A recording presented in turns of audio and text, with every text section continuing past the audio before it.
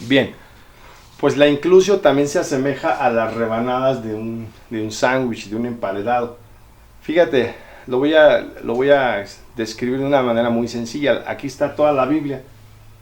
La creación, la nueva creación, son las tapas del pan.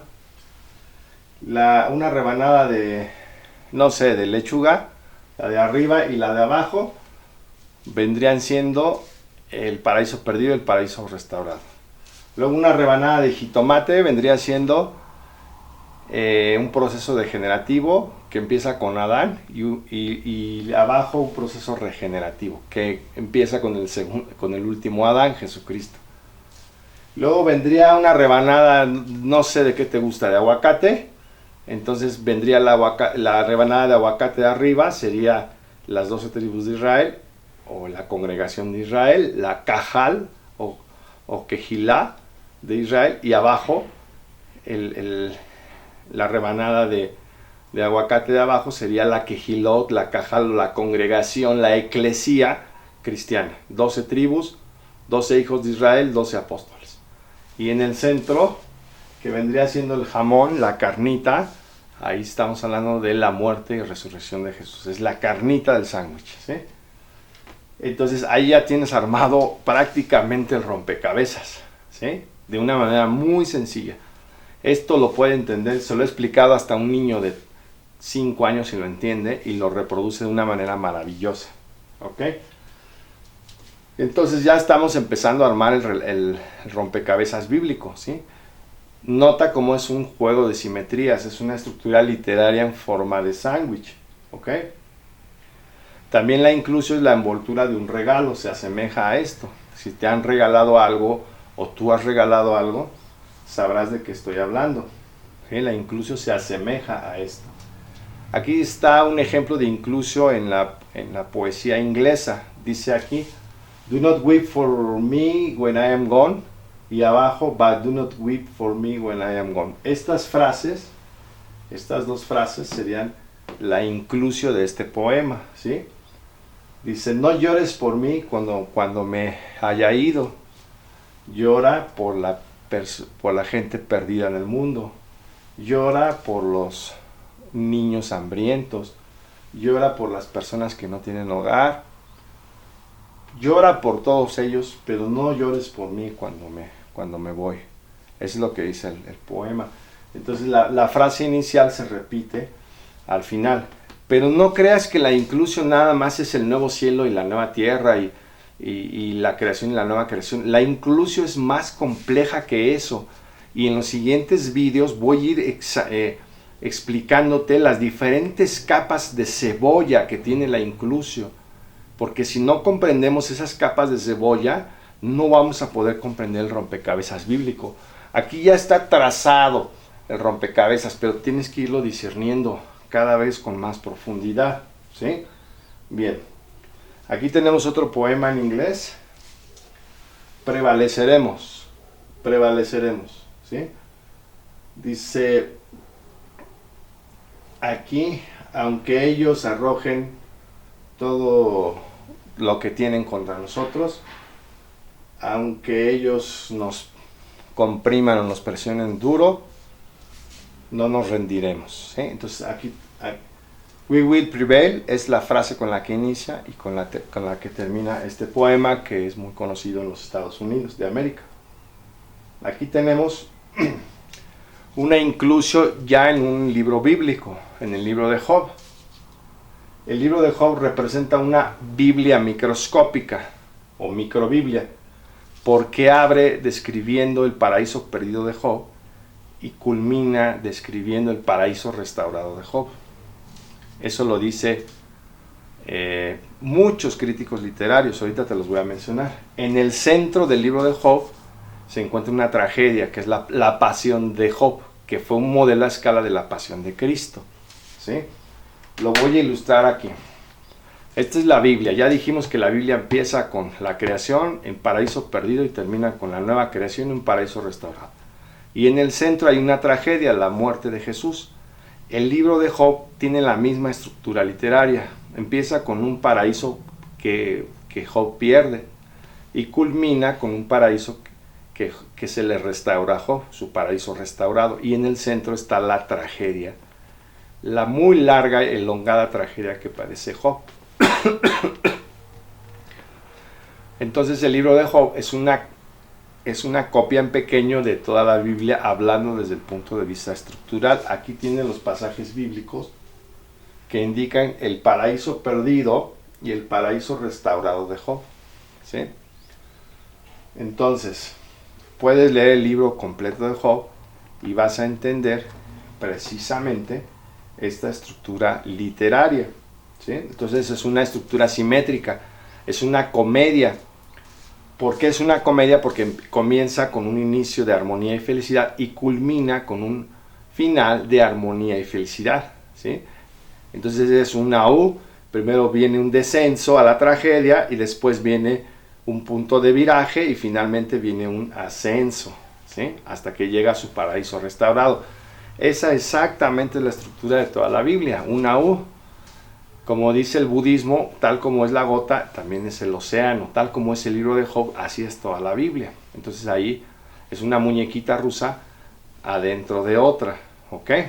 Bien, y esta estructura literaria de Job, simétrica, y su inclusio la describe el erudito bíblico Dorsey, la describe la filósofa María Zambrano, discípula de Ortega y Gasset, en un libro que ella escribió que se llama El hombre y lo divino, y lo describen también muchos comentaristas bíblicos, ¿sí? Esta estructura simétrica del libro de Job. De hecho, el libro de Job comienza con 7 cosas que pierde Job y termina con 7 cosas que le son restauradas, ¿ok? Entonces ya vamos entendiendo la estructura literaria de la Biblia. Dorsey encontró que el libro de Job presenta en su prólogo una secuencia de 7 miembros que son repetidos en sentido inverso en el epílogo, como una simetría de espejo. Acuérdate del principio de recursividad, acuérdate del principio de simetría. Y esto lo dice aquí esta obra, Temper Longman 3, Peter Enns Dictionary of the Old Testament, Wisdom, Poetry and Writings. Diccionario del Antiguo Testamento, Sabiduría, Poesía y Escritos. Un compendio de investigación bíblica contemporánea. Ahí puedes encontrar este análisis que hace este exégeta Dorsey. En Génesis capítulo 1 también se presenta una inclusio. El capítulo 1 de Génesis posee su propia inclusio, porque te la voy a leer. Fíjate lo que dice aquí. De hecho, ya la había leído en videos anteriores. Génesis 1.1 dice: en el principio creó Dios los cielos y la tierra. Ahí lo dice Génesis 1.1, ¿sí? Pero ahora nota lo que dice Génesis 2.4. Estos son los orígenes de los cielos y la tierra, cuando fueron creados el día que Jehová Dios hizo la tierra y los cielos. Entonces Génesis capítulo 1 comienza con una frase y termina con la misma frase. Es inclusio, ¿sí? Entonces estas figuras retóricas las vas a ver muy seguido en la Biblia, prácticamente en todos sus relatos. ¿Quién acuñó o quién inventó ese nombre de inclusio? Te preguntarás. Bueno, ¿quién rayos lo inventó? ¿De dónde salió? Bueno, fue Julio Rufiniano. Fue un rétor del cual no hay mucha información en la historia, pero vivió en el siglo IV después de Cristo. Un rétor es un retórico, un gran orador, ¿no?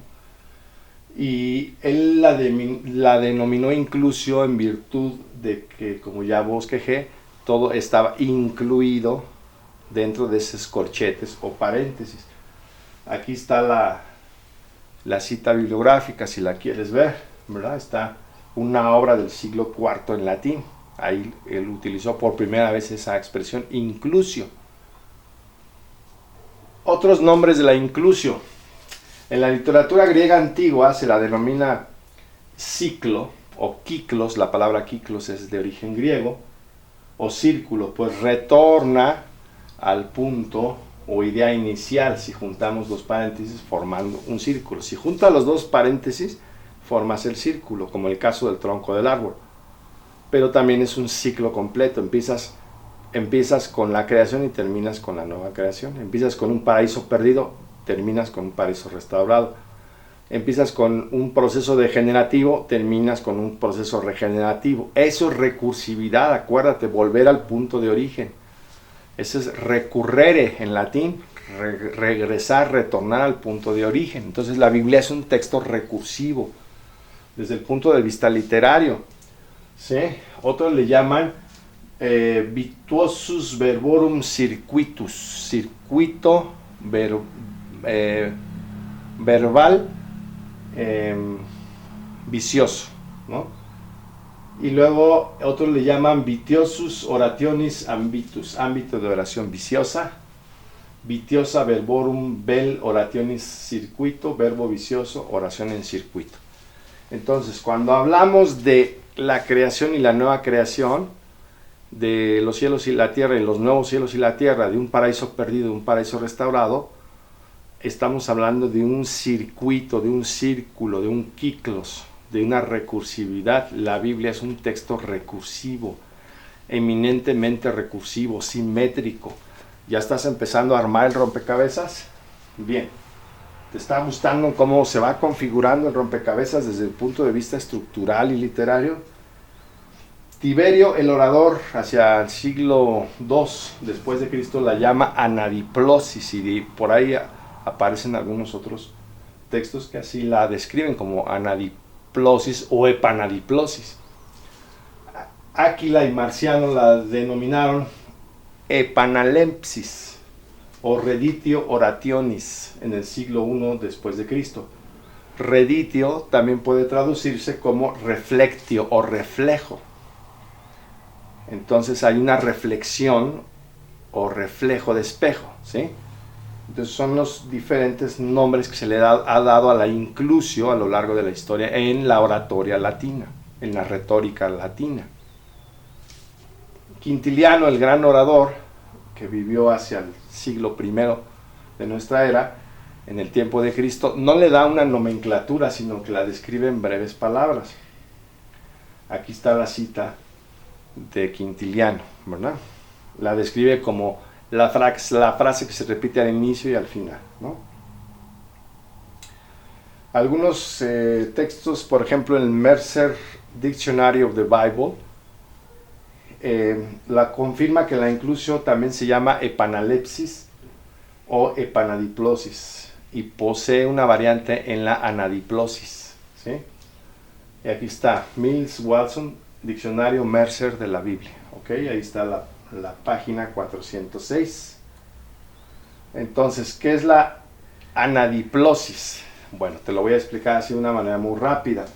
El diccionario de retórica y poética, o sea, este diccionario, así lo define: la anadiplosis. Figura retórica que se produce mediante la repetición al principio de una frase o de una proposición o de un verso o de un hemistiquio, de una expresión que aparece también en la construcción precedente, generalmente al final. Algunos la llaman también conduplicación. Y aquí pone un ejemplo, como el estar todo el día, hora tras hora, y día tras día un año, y año tras año una vida, dando vueltas a la gloria. Nota como año y año aquí están formando una especie de sándwich. Entonces también la misma autora dice es una variedad de la reduplicación o geminación. Geminación significa duplicación, o episeuxis. ¿Okay? Aquí está Diccionario de Retórica y Poética, páginas 39 a 40. Te recomiendo que leas este diccionario.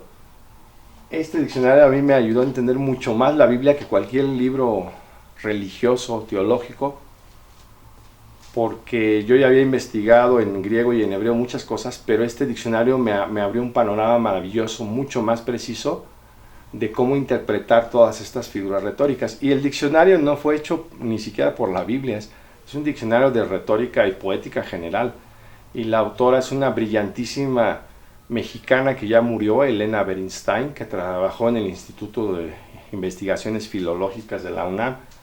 Es un gran diccionario, muy bien documentado, y a mí me ayudó muchísimo a entender la Biblia desde el punto de vista retórico, poético y estructural, aunque reitero, nada del diccionario habla, pero para nada de las Santas Escrituras, ¿eh? Bien.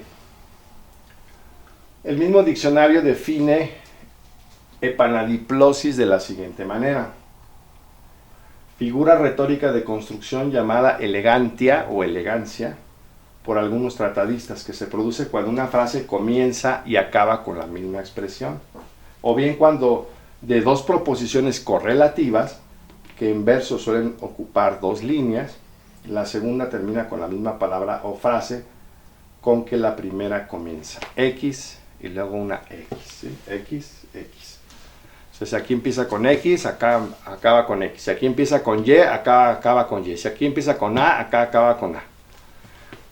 Entonces, bueno, en conclusión, la Biblia es un libro que ya después te lo voy a ir explicando. Ve cómo te voy armando gradualmente el rompecabezas. La Biblia empieza con A y termina con A'. Empieza con B y termina con B'. Empieza con C y termina con C'. D al principio, D' al final. E al principio, E' al final. F al principio, F' al final. Y así es un código binario, es una simetría de espejo. Si lo volteas así, va a ser un sándwich, ¿sí? Un sándwich, un club sándwich, un emparedado gigante. Esa es la estructura literaria de la Biblia. Pero ¿sabes qué? ¿Qué pasa? Que casi nadie en la historia le ha dado atención a esta estructura literaria. Porque no se ha estudiado la Biblia dejando que la Biblia hable por sí misma, desde sus estructuras literarias, sino que se interpreta la Biblia desde un punto de vista dogmático, religioso, sectario, ¿sí? Y eso le ha hecho mucho daño a los estudios bíblicos.